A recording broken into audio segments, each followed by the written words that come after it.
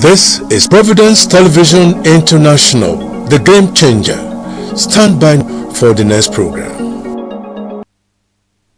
Good morning and welcome to the news analysis segment on the Morning Drive, Providence Television International. My name is Ogbebo Ikikwa and we'll be in the studio. I have the Chairman, CEO, Providence Television International, Dr. Emmanuel Ehariwa. Welcome to the studio. Well, as usual, I want to say good morning to all our viewers at home and abroad. It's a good day. The drizzles are going away gradually. Very soon we'll have the dry season. So, good morning to you again. We'll move straight to the front page of the New Telegraph newspaper, where we have Israel-Hezbollah conflict. Many Nigerians unwilling to leave Lebanon, says federal government. Government also is making plans to send C-130 aircraft to Beirut. Only 500 out of 2,000 registered persons in the Middle East nation have indicated readiness to leave. Well, they say to be forewarned is to be forearmed. I'm happy that there's some kind of arrangement to airlift Nigerians who probably may have been stranded or could be stranded in Lebanon. You know, and the war is raging in the Middle East right now. It's a situation of war. Israel is hell-bent on retaliating what Hamas is doing, for example. And I would not wish that Nigerians are caught in the crossfire. Okay, Beirut is a hotbed in the Middle East right now, and you have traces of Hamas, you know, Hezbollah in that part of the world. So I'm happy that the federal government is responding, but I think it also depends a lot on the Nigerian residents in Beirut and some other parts of Lebanon. I believe that the earlier they live, the better, because Israel can strike without warning. Exactly. All right? And Nigerians should not be caught in the crossfire. I will wish that the Nigerian ambassador to Lebanon will do a good job by interfacing with the people and to let them know about the dangers. I'm not even too sure now if the embassy will not relocate from Beirut, in the meantime at least. The point of international diplomacy, I think they should be doing something from that angle. Yes, it's very important. Just like you said, to be forewarned is to be forearmed. I wouldn't see danger and stand in the face of danger. Although so many people might also be considering their properties and all that investments in Lebanon. Not just that. I can tell you something. Lebanon, even though it's in a war-torn area, Nigerians in Lebanon will feel safer, ordinarily, will feel safer in Lebanon than they will be in Nigeria. If they come, I think their mindset is, what are they coming to meet in Nigeria? Okay. They know about the economic situation in this country. They will only now be praying that there will be peace in that part of the Middle East. If there is peace, they will prefer to stay in Lebanon rather than Nigeria. I'm not talking on their behalf, but I think that's the situation. That's why some of them are holding back. But life is more important than all of that. They should come back. After all, when xenophobia was raging in South Africa, a lot of Nigerians came back, and soon after they left again to South Africa. Many of them, in fact, I think about 95% of them have gone back to South Africa after the xenophobia issue simmered down a little bit. So after the war situation in Lebanon, Nigerians maybe want to go back. All right, we do not wish for that really, because Nigeria should be a safe haven for Nigerians. But when you have a situation at home that is not too conducive, then there's nothing they can do about it. If, for instance, we ask all Nigerians in the diaspora, both in the Middle East, in Europe, in America, in Canada, in Australia and New Zealand, to come back home, we won't be able to cope with influx. We will not be able to cope, meaning that some of them are more comfortable outside than they will be in Nigeria. But that's not the best wish for us. All right, we'll move on to the front page of the Matrix newspaper. Rivers local government elections. Fubara sets agenda for newly sworn-in chairmen. He says to them, don't see yourself as emperors, but as servants. And Atiku says Rivers people have rejected oppression, harassment of self-serving godfathers. You know, the situation in Rivers is quite amazing, really. It's almost unorthodox. Here is a governor who is a PDP governor. He has not denounced that. Yes. His party lost very woefully. Okay, the party that he supported won overwhelmingly. Yes. No, I think we are beginning to have a new coloration in Nigerian politics.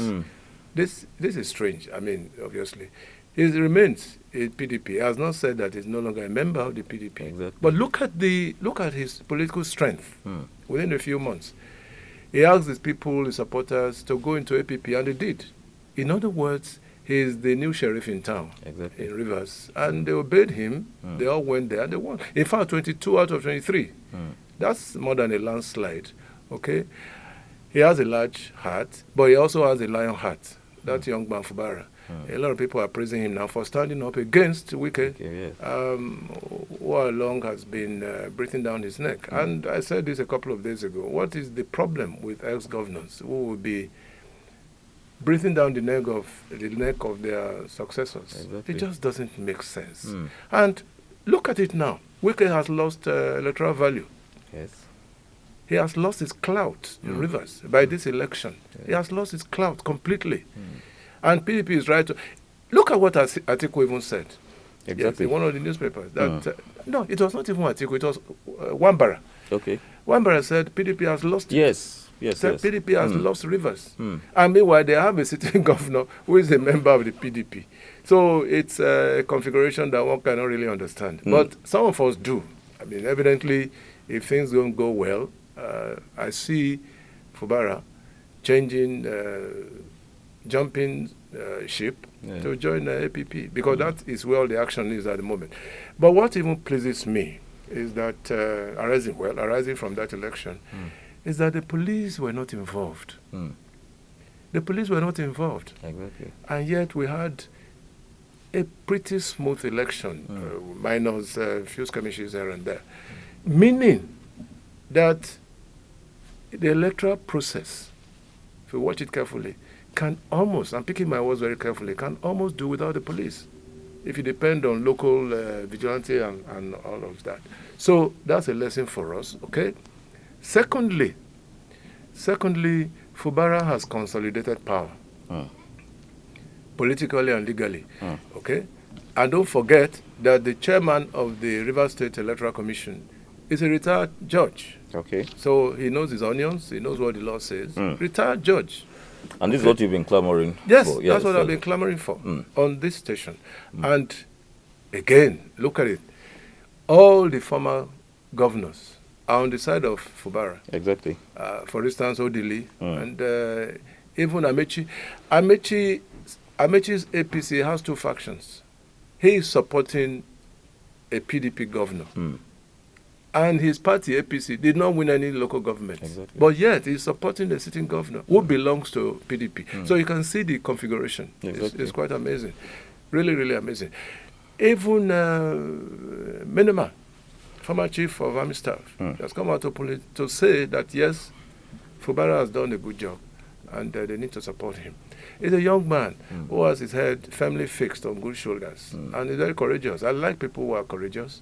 Yes. He stood up against Wike, and Wike has lost it. He has lost it completely. If care is not taken, it might be dropped as the minister of the FCT. Where does it now go from there? Exactly. And people have told him repeatedly, you must not pound your chest to play the role of God. That's what they have told Wike openly. First, look at what has happened to Wike. He believes that he's bigger than the party. Yes. He believes that he's bigger than the people of Rivers State. He believes that he's bigger than the senator representing FCT. They almost had a scuffle the other day. He believes that he's bigger than everybody. He forgets that power is transient. And power does not belong to an individual. It belongs to the people. In fact, I think that's what the Rivers people have proved. Yeah. The victory does not belong to Fubara. It does not even belong to the party. It belongs to the people who have stood out against tyranny and against oppression. That's what we have seen. And I hope it replicates in some other states. There is only a local government election, by the way. But I think that is a lesson for those who are tyrannical and who believe that power does not even reside in God. All right. They play God. All right. From this recent development, we had a situation like that in Edo State. This is happening now in Rivers State. Do you think that the era of godfatherism has come to an end? Godfatherism, it has become nuisance. Okay. Complete nuisance. What's godfatherism, by the way? I mean, by our local definition. A man who has left office or who is planning to leave office, you want to lord it over again, and people look up to you. It's ephemeral. It lasts only for a while. It's not eternal. It's not everlasting, because nature must go through its course anyway. The issue of godfatherism should not be in a lexicon at all, in Nigerian political lexicon. It must not be. What's the meaning of godfatherism? It means that you want to be a governor seeking for third term through the back door. That's what it is. All right? So the issue of godfatherism should be alien to us, to our climb. It should be totally out of our lexicon. And those who think that they can do it should begin to have a rethink from what has happened in Rivers. Okay? Look, listen, let me tell you. Once there is a governor on the seat, he's the chief executive. He is the chief executive. Everything stops at his desk. And that's why I like what Fubara said, that the local government chairman, the newly sworn local government, should not behave like emperors. Exactly. Yes. Most of our governors in this country, they behave like emperors, as if they are ruling over a dynasty. That is not the issue. Governance is service-based. You serve the people, and you are a servant in the true sense of the word.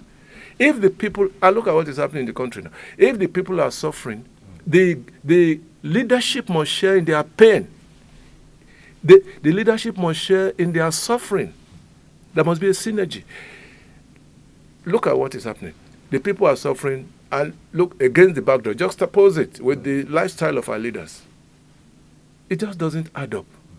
In other words, it's simply a paradox to even think that now that people are suffering, it is now that the leadership is enjoying the more. Think of it. When the people are happy, the leadership is happy. When they are sad, arising from certain circumstances, they should also be sad. But the contrary is the situation. In many African countries, not just in Nigeria. You see, I gave the example of Sese Seko, who was president of Zaire. While these people were suffering, he was killing them, raping them, killing people. He was building extraordinarily big mansions, what we call fantasia. That's what he was building all over the place. And yet he died. He died. He left all of those things. They have been left now to rot. Exactly. Yes. Whereas, look at the young man in Senegal. He just won election. I'm sure he's in his 40s or something. That's his leadership. Now he has told public servants, don't put my pictures in the offices. Don't. Rather, put the pictures of your children so that they can know that God gave you those children in trust. Not his picture.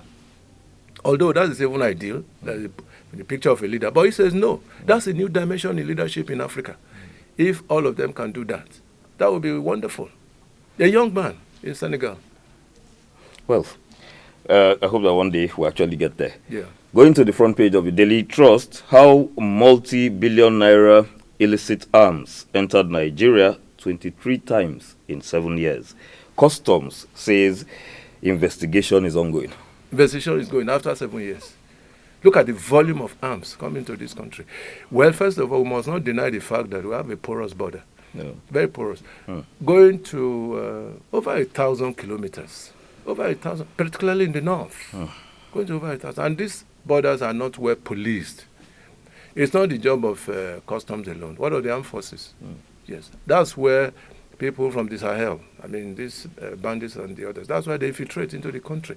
And the unfortunate thing is you cannot determine the difference between a man from Niger and a man from Katsina. Yes. They look alike, okay?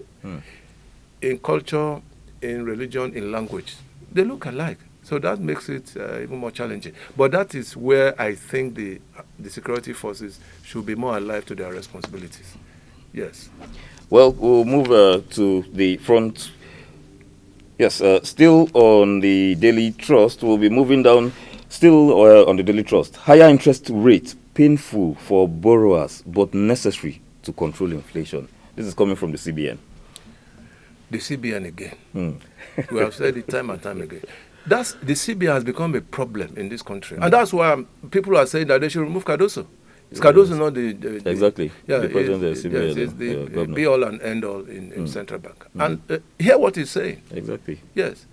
Must we continue to swallow the bitter pills for survival? For survival, the very bitter pill. The exchange rate, 27 point something. I said it the other day. That's on the surface. If you go to the bank now, they will probably tell you about 40 or 45. Exactly. Yes. And the small businesses are crying. Yes. SMEs, they are crying. It's too high. The result of that is there will be job losses. Evidently, there will be job losses. And the other bad effect is that there will be crime rate. People are losing jobs. What will be their hope? They go into crime. Vicious crime, for that matter. So it's a double-edged sword, and either way, it is not good for us. So I think that the central bank, they control inflation, by the way. That is one of their statutory duties. Yes. And the central bank holds the ace when it comes to the control of economic growth. All over the world, the central bank, that's the apex bank, it controls all the other banks, right? So you must put somebody there who knows what he's doing. I've told you, governance is not about, oh boy basis. Cardoso was in Lagos, very close to the president. But that's not the issue. The best brains must be put in certain places. Square pegs in square holes. Central bank is just one of them. We must put round pegs in round holes. And particularly for the institutions. I've said this repeatedly. We have weak institutions in this country. We have strong individuals, but not strong institutions. The central bank is an institution, is one of them. The electoral body is one of them. The police is one of them. The judiciary is one of them. These are strong institutions that keep a nation going. And yet they are weak. So what do we do? Talking about institutions, we'll move down again to the front page of the New Telegraph, where we have Akpabio says National Assembly will tinker with existing laws to guarantee full local government autonomy.